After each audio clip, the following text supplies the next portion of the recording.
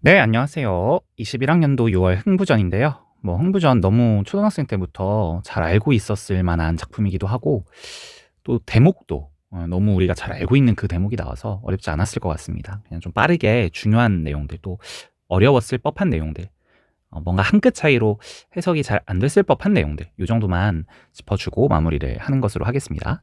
자, 보기를 봤을 때 먼저 이제, 이런 것들 때문에 어떤 소망이 있었냐, 최소한의 의식주라도 해결해서 가난을 벗어나고 싶었던 그런 소망이 있었다. 그것이 반영된 작품이다. 얘기를 한 것이고요. 그래서 대리 만족을 하는 거죠. 그래서 우리가 이런 대리 만족이 바로 판소리계 소설이 갖는 특징이잖아요. 바로 관선징악. 착한 사람은 잘 되고 나쁜 사람은 벌을 받는 이런 주제들이 반복적으로 등장하는 것입니다. 그 다음에 이제 한계가 나오고 있습니다. 바로 환상성을 띠고 있다는 점. 따라서 실제로는 이런 환상적인 일, 말도 안 되는 일이 벌어지지 않는 이상 극복되기 어렵다는 것을 우회적으로 보여주고 있는 대목이죠. 우회적으로 보여준다는 것은 직접적으로, 직설적으로 보여주지 않고 암시되어 있거나 그런 것들이 돌려서 표현되어 있다라는 정도의 의미죠. 그래서 우리가 이런 판소리계 소설은요, 여러분, 표면적 주제와 이면적 주제가 따로 있습니다. 이런 것들을 좀 정교하게 읽어낼 수 있는 깊이 있는 수준 높은 독해력이 있으면 좋을 것 같아요. 자, 표면적 주제는 그냥 권선징악이죠. 그 다음에 형제간 우애, 화해하며 서로 우애를 다지며 사는 것이 중요하다라는 이야기를 하는 것 같지만 사실 이면적, 그 속에는 어떤 뜻이 함축되어 있냐, 바로 그 사회가 갖고 있는 빈부 갈등이라고 하는 구조적 문제를 고발하는 것이죠. 그 다음에 놀부로 대표되는 양반이나 상위 계층의 허위, 그 다음에 가식, 이런 것들을 풍자하고자 하는 그런 의도가 들어있는 것이다. 그렇게 좀 잡아줄 수가 있겠습니다. 자, 본문으로 올라가서요. 자, 첫 번째, 흥부가 말하는 대목으로 시작을 했습니다. 원래 이렇게 중략 부분의 줄거리가 맨 위에 제시되지 않고 바로 어떤 대사나 어떤 서술자의 어떤 설명으로 소설이 시작하는 경우에는 이게 지금 대체 무슨 장면이야? 무슨 상황으로 시작되는 장면이야? 이걸 잡아주는 게 되게 까다롭고 어려운 건데 사실은 흥부전은 그럴 것도 없죠. 그냥 줄거리 자체를 우리가 다 알고 있기 때문에. 그래서 흥부의 말이라는 거를 아마 요 정도쯤에서 파악을 했을 겁니다. 그래서 이 부분에서 선생님이 가져왔던 부분은 바로 흥부의 성격이 간접 제시되어 있는 대목이다라는 거죠. 그래서 형님인들 어찌하겠소 라고 하면서 오히려 자신의 가난을 도와주지 않는 그 형님의 잘못을 지탄하거나 비판하는 것이 아니라 감싸줍니다. 여기에서 흥부의 성격이 흥부의 언행을 통해 간접 제시되는 장면이었고요. 그 다음에 우리 품이라는 단어, 요거는 좀 가져갔으면 좋겠습니다. 우리 품삯을 받다 이렇게도 쓰이고요. 그 다음에 품팔이를 하다 이렇게도 쓰이죠. 품을 팔면 품삯을 받는 거죠. 근데 이런 이제 품팔이는 엄청 큰 돈을 받을 수 있는 것이 아니라 몸으로 때우는 일, 그죠? 남의 집에 가서 설거지해주고 청소해주고 이런 것들이죠. 그래서 이런 것들을 하게 됩니다. 그래서 여기에서는 이제 흥부의 아내가 이렇게나 열심히 노력했다는 점을 열거를 통해서 드러내고 있는 대목이었죠. 자, 그 다음에 이제 제비가 하루 지나고 이틀 지나고 이리하여 10여일이 지나자 회복이 되었다. 이렇게 돼 있습니다. 자, 10일 동안의 굉장히 긴 시간을 이렇게 짧게 그냥 표현하고 있죠. 이런 것들을 우리가 요약적 제시라고 하고 압축적 제시라고 합니다. 별로 중요하지 않는 부분, 서술자가 굳이 길게 설명을 할 필요 없는 대목에 대해서는 이렇게 요약적으로 압축적으로 제시를 하기 때문에 사건의 전개 속도가 굉장히 빨라진다 하는 이런 개념까지 잡아줄 수 있으면 좋겠습니다. 그 다음에 은혜를 갚는 거 우리 결초보은이라는 사자성어 잡아주시고요. 역시 봅시다. 그럭저럭 그 해를 넘기고 이듬해 춘삼월을 맞으니 벌써 1년이 지나버렸죠. 마찬가지로 요약적 제시고 압축적 제시고요. 당연히 시간의 흐름이 나타나고 있습니다. 그랬더니 너울너울 제비가 흥분의 집으로 찾아옵니다. 너울너울 으태어 음성상징어를 사용했고요. 그 제비가 찾아오는 모습을 마치 뭐뭐인 듯 하였다라고 하면서 직유법을 통해 비유하고 있죠. 근데 그 부분이 뭐뭐하는 듯, 뭐뭐하는 듯, 뭐뭐하는 듯이라는 통사 구조를 반복하고 있습니다. 통사 구조는 문장 구조를 반복했다 하고 같은 말입니다. 자, 그 다음에 2, 3일에 싹이 나고 4, 5일에 잎이 나고 박이 4통이 열려버립니다. 5일 만에. 말도 안 되죠? 전기성이라 그럽니다. 비현실적인 요소죠. 5일 만에 박에서 열매가 나왔어요. 그죠? 씨를 심은 지 5일 만에. 추석날 아침이었다. 역시 시간의 흐름, 그 다음에 요약적 제시입니다. 자, 그래서 이제 톱을 켜기 시작하자 첫 번째 나왔던 거 동자 한 명 나옵니다. 한 쌍이네요. 동자는 이제 어린 소년, 소녀들 동자라고 하죠. 약병과 쟁반을 들고 있습니다. 이게 뭘까? 궁금했어요, 선생님은. 읽을 때. 약병이랑 쟁반으로 뭔가 마술을 부리나? 했는데 알고 보니까 그냥 비싼 거래요. 그래서 이거 팔으래요. 그죠? 좀 웃깁니다. 그 다음에 또 쓱싹 쿡칵탁 의성어를 통해 이렇게 박을 가르는 모습이 드러나고 있고요. 자, 두 번째로 박에서 나온 건 세간붙입니다. 우리 세간은 이제 방이죠, 방.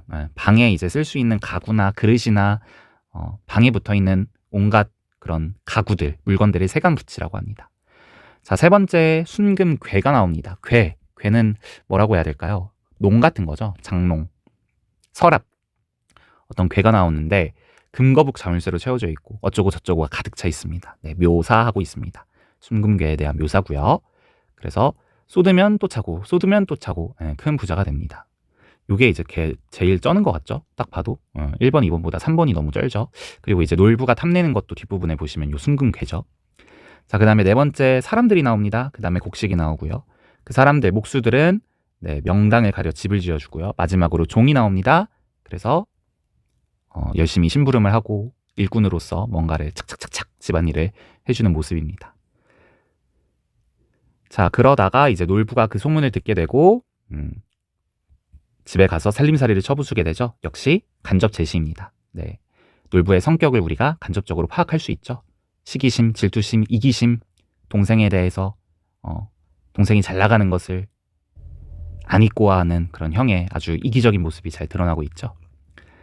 그래서 그 화초장을 달라고 합니다. 장롱을 달라고 하는데 흥부 진짜 착해요. 하인시켜 보내줄게요 했더니 스스로 짊어지고 갑니다. 이게 이제 시험 문제에도 나왔는데요. 당연히 나올 수밖에 없죠. 왜? 여기서도 놀부의 성격이 간접 제시되고 있기 때문에 그래요. 스스로 짊어지고 가는 그 모습에서 놀부의 어떤 성격을 우리가 읽어낼 수 있습니까? 바로 믿지 못하는 거죠. 흥부도 하인도 믿지 못하고 욕심이 아주 크기 때문에 즉각적으로 자기가 이걸 들고 가고 싶어하는 그 속물과도 같은 마음, 그죠? 그 다음에 이제 물질에 대한 그런 욕심, 이런 것들을 우리가 읽어낼 수가 있겠습니다. 문제만 보고 마무리하도록 하겠습니다. 인물의 반복적 행위와 결과를 나열하여 언제 나열했을까 했을 때 그죠? 톱을 켜는 행위를 반복했죠. 그리고 박에서 뭐가 나왔는지 그 결과를 나열했죠. 그래서 극적 효과가 높아지죠. 극적 효과가 높아진다는 건 좀 쉽게 얘기하면 소설이 흥미진진해진다, 재미져진다, 이 정도 의미입니다. 2번 서술자를 작중 인물로 설정하여. 자, 그러면 이거 1인칭 시점이란 뜻이죠. 네, 그러나 이 소설은 3인칭 전지적 작가 시점이었기 때문에 서술자가 작중 인물로 설정되어 있는 것이 아니라 서술자가 작품 바깥에 누군지 모르는 그런 사람입니다. 전기적인 요소 맞습니다. 그러나 영웅성을 부각하고 있다 아니죠. 흥부는 정말 소시민 또 서민을 대표하는 인물입니다. 영웅적이지 않고요. 권위 있는 새로운 인물이 등장하여 갈등을 해소하고 있다. 권위 있는 새로운 인물이 등장해서 갈등을 해소하려면 적어도 암행어사라든지, 그죠? 그 다음에 굉장히 공의로운 사또나 수령, 이 정도 나와주셔야 되겠죠. 그래서 어떤 공적인 권위를 가지고 재판을 열어서 억울한 사람들의 그런 호소를 들어주고 해결해주는 그런 소설들도 꽤 많거든요. 고전 소설에 보시면 사또랑 수령이 무조건 춘향전처럼 부정적인 인물로만 그려지는 것이 아니라 그런 인물들도 등장합니다. 그러나 이 소설에서는 그렇지 않았죠. 꿈과 현실을 교차적으로 서술했다 이러면 꿈에서, 현실에서, 꿈에서 이런 것들이잖아요. 그래서 이제 인몽, 꿈으로 들어가는 인몽의 단계, 현실로 나오는 강몽의 단계 이런 것들 우리 얘기하죠. 보통 몽유롭게 소설, 보통 무슨 몽으로 끝나는 소설들이 이러한 구조를 가지고 있습니다. 그러나 이런 대목이 흥부전에서는 나와 있지 않습니다. 자, 30번의 1번입니다. 흥부 부부는 먹고 살기 위해 온갖 노력을 다하였다. 품을 열심히 팔죠. 열거되고 나열되어 있었던 대목이 있었습니다. 2번 적절하죠. 그냥 읽어보시면 될 것 같고요. 자, 3번. 흥부는요, 제비가 박씨를 물고 온 사실을 알아채지 않았습니다. 못했어요. 보면은 이상히 여깁니다. 뭐를 물고 왔지? 몰라요. 물론 이건 아내가 얘기하는 거지만 아내도 몰랐고 흥부도 몰랐겠죠. 그래서 이상히 여기고 있습니다. 그래서 먼저 박을 물고 왔다는 사실을 알아챈 적이 없고요. 그 다음에 생각보다 반기지 않았어요, 여러분. 당연히 뭔가 반겼을 것 같잖아요. 와, 내가 작년에 고쳐줬던 채비가 돌아왔다. 잘 지냈니? 뭐 흥부의 우리가 성격을 생각하면 그랬을 것 같은데 항상 대목에서 근거를 확인해 보세요. 네, 반겨준 적이 사실 없습니다. 생각보다. 그죠? 네, 그래서 두 가지 포인트가 다 틀렸습니다. 5번 선지. 놀부는 흥부의 집을 방문하기 전까지 흥부가 어떻게든 부자가 되었는지 알지 못했죠. 그래서 오해를 하죠. 뭐라고 오해를 하냐? 바로 이놈의 새끼가 도둑질을 했구나. 그죠? 모든 인물이 다 자기 같은 줄 아나 봐요. 그죠? 흥부가 그런데 이제 놀부가 도착하고 나자 어떻게 하죠? 네, 앞뒤니를 자세히 말해주죠.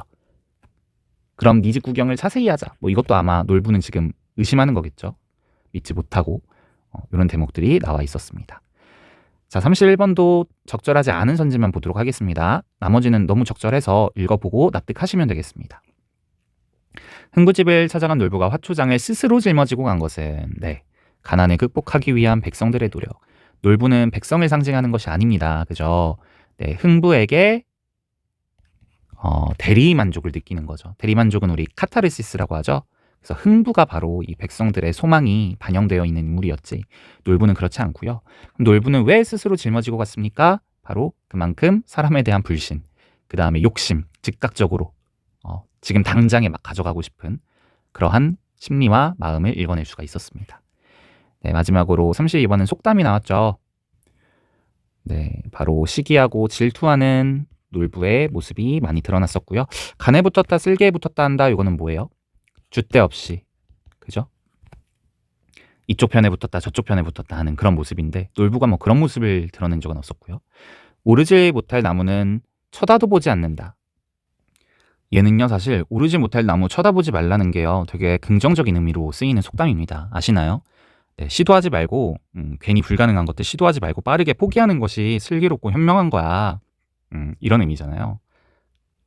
너무 욕심 많으면 괴로워. 그러니까 애초에 안 될 것 같으면 쳐다도 보지 마. 이런 의미잖아요. 그래서 긍정적인 의미로 쓰이는 속담이고요. 그래서 놀부하고 어울리지 않고요. 그게 첫 번째 이유고, 두 번째 이유는 놀부는 말하자면 오르지 못할 나무도 쳐다보는 인물입니다. 그죠?